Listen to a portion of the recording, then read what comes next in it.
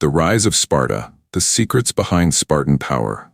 Long before Sparta became the land of bronze-clad warriors and one-word comebacks, it was just a quiet patch of fertile soil nestled between mountains, peaceful, lush, and completely unaware it was about to become the boot camp of the ancient world. But how did a sleepy valley transform into the most feared military machine in history? Why did the Dorians invade, and what collapse made room for their rise? What kind of society decides that two kings are better than one, and still manages not to implode from royal drama? And who were the helots, the silent majority who farmed the land, fed the warriors, and lived under constant threat of state-sanctioned murder? In this episode, we peel back the layers of Spartan myth to uncover the gritty truth behind the agoge, the hoplites, and the helots. We'll explore how a society built on discipline, paranoia, and porridge became the blueprint for stoic strength, and why its legacy still echoes in every gym, battlefield, and motivational poster today. So grab your shield, tighten your sandals, and prepare to enter a world where comfort was weakness, silence was strength, and foxes were not pets. They were tests of character. Long before the Spartans were flexing their biceps and terrifying the ancient world, the southeastern corner of the Greek peninsula, known as the Peloponnese, was just a peaceful patch of paradise. Nestled between two mountain ranges like a cradle carved by the gods, the Laconian plain was rich in rainfall and fertile soil. If ancient Greece were a buffet, this was the prime rib. By the 4th millennium BCE, humans were already settling here, probably drawn by the promise of good crops and fewer neighbors throwing spears. 1,000 years later, the Mycenaean Greeks moved in, bringing with them a flair for palatial architecture and dramatic family feuds. Legend tells us that this land was ruled by King Menelaus, younger brother of Agamemnon. Yes, that Agamemnon, the one who led the Greek avengers against Troy. Menelaus was born into royalty, but unfortunately also into a soap opera. His wife, Helen, famously ran off with Paris of Troy, sparking a war that would make Game of Thrones look like a pillow fight. Menelaus had all the makings of a tragic hero: noble birth, a temper shorter than a Spartan haircut, and a knack for losing things, especially his wife. His flaws? Oh, where do we begin? He was impulsive, emotionally volatile, and had a tendency to let his brother do all the heavy lifting. But hey, he got Helen back eventually, so points for persistence? After the Mycenaean civilization collapsed like a poorly built amphitheater around 1100 BCE, the Dorians swooped in. These were no-nonsense mountain folk with a love for spears and a disdain for luxury. Between 1100 and 1000 BCE, they settled in the Laconian region, drawn by its fertile land and strategic location. By 950 BCE, 4 Dorian settlements decided to merge, probably after realizing they all hated comfort equally, and formed what would become Sparta. This union of rugged tribes birthed a society so tough, even their hugs probably left bruises. Sparta's political system was as unique as its fashion sense: leather, bronze, and zero fluff. Instead of one king, they had two, because why settle for one ego when you can have two? The Agids and the Eurypontids, two royal families, shared power in a delicate dance of diplomacy and passive-aggressive spear-pointing. This dual monarchy lasted for over 700 years, partly because it balanced power, and partly because neither family wanted to give up the throne. But don't be fooled. These kings weren't unchecked tyrants. Their power was curbed by the Ephyri, 5 overseers who acted like ancient auditors, and the Gerousia, a council of 30 elders who probably spent their meetings grumbling about kids these days. Unlike flashy Athens, with its marble temples and philosophical debates, Sparta was the ancient equivalent of a minimalist Instagram account. Wooden houses, few public buildings, and absolutely no defensive walls until 318 BCE. Why? Because Spartans didn't need walls. They were the walls. Thucydides once said that if Sparta were deserted, future generations wouldn't believe it had ever been powerful. Plato, however, spilled the tea. Sparta had more gold and silver than a dragon's hoard, but it never left the city. Like a financial Bermuda Triangle, wealth went in but never came out. This brings us to Aesop's fable. The fox tells the lion, "I see many tracks going in, but none coming out." Sparta was that lion's den, rich, secretive, and terrifying. Sparta's military was its soul.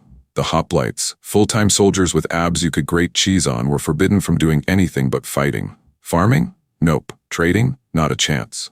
Poetry? Please.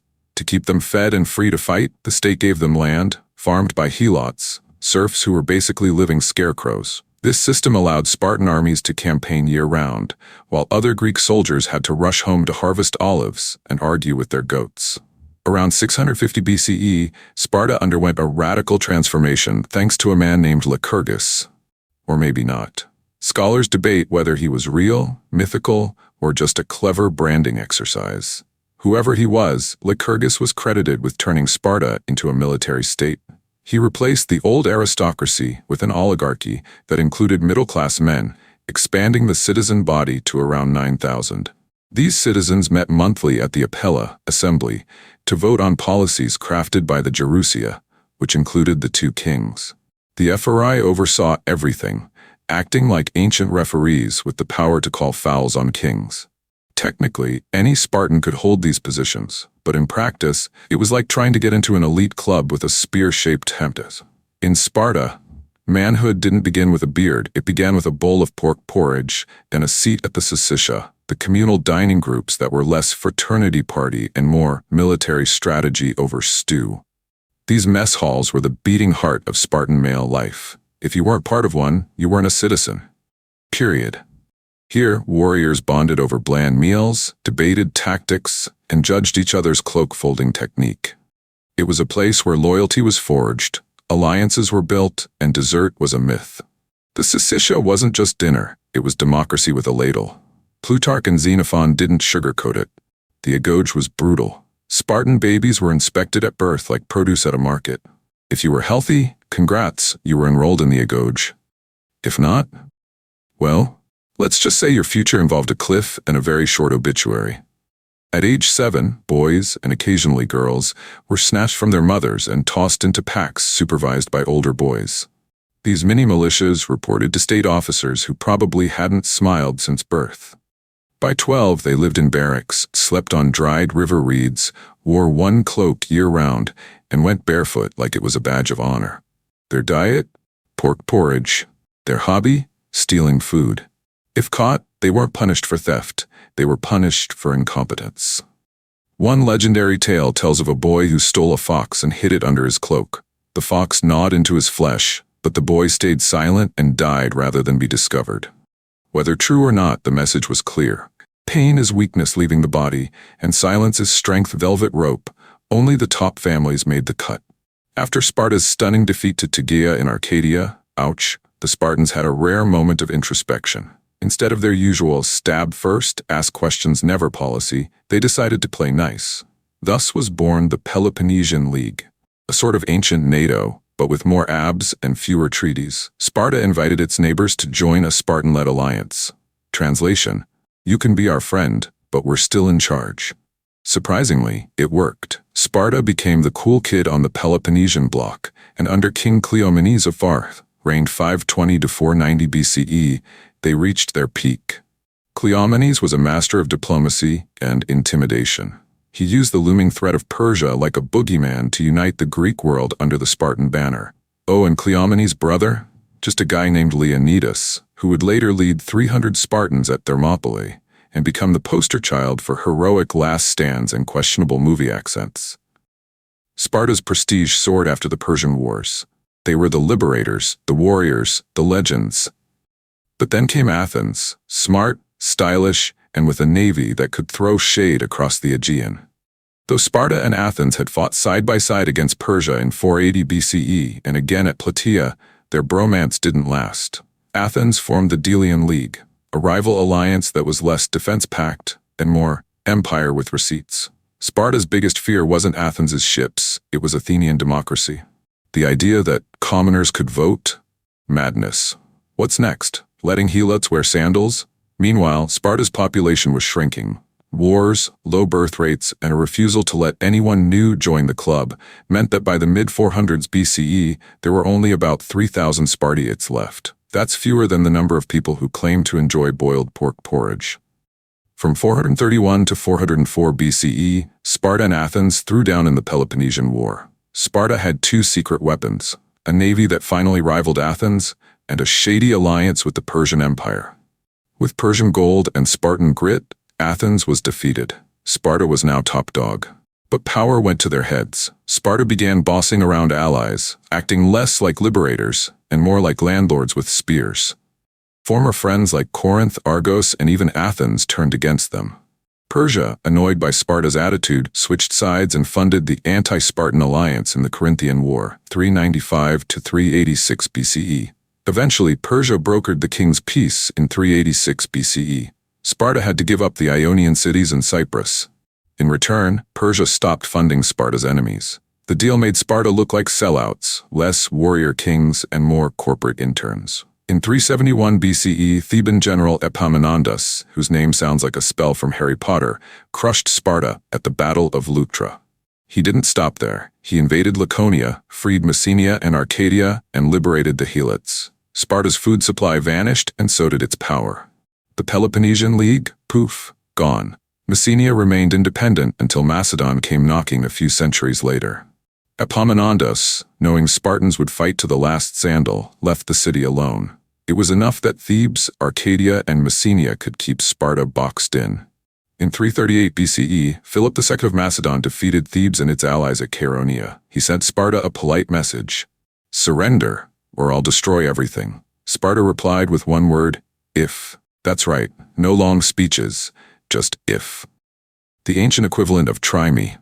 Later, while Alexander the Great was off conquering Persia, Spartan king Aegeus III tried to revive Sparta's glory in 333 BCE. Unfortunately, he was crushed at Megalopolis by Alexander's regent Antipater. Sparta's comeback tour was cancelled. By the mid-200s BCE, Sparta was a shadow of its former self. Only about 700 Spartiates remained. The Achaean League was now the dominant force in the Peloponnese. Enter Aegeus IV, a young king with big dreams. He tried to abolish debts, redistribute land, and give citizenship to the perioikoi. The conservative Spartiates were horrified. Equality? In Sparta? They imprisoned and strangled him in 241 BCE. But his ideas lived on. A few years later, Cleomenes III took the throne and went full revolutionary. He abolished the dual monarchy, scrapped the ephorate, and reformed the army. Then he picked a fight with the Achaean League. Bad move. The Achaeans called in Antigonus III of Macedon, who crushed Sparta at the Battle of Cilicia in 222 BCE. Cleomenes fled to Egypt, where he likely committed suicide. His reforms were rolled back, and Sparta was left licking its wounds. By 150 BCE, Sparta was absorbed into the Roman Empire. No more hoplites, no more helots, just history. But Sparta remained famous. Roman tourists visited to see where the legendary warriors once trained, fought, and ate questionable porridge. Today, modern Sparta is a quiet city of about 35,000 people. No more Spartiates, no more ephors. But the legacy lives on. In every tale of courage, every gym named Spartan Fitness, and every dramatic slow-motion battle scene, the spirit of Sparta endures. Before you go, warriors of history, if you enjoyed this epic journey through Sparta's rise, glory, and gritty downfall, don't forget to follow us, subscribe, and smash that notification bell so you never miss another tale of ancient intrigue, legendary battles, and scandalous gymnastic routines. We've got more stories coming that'll make your shield rattle and your sandals sweat, so stay tuned and stay Spartan.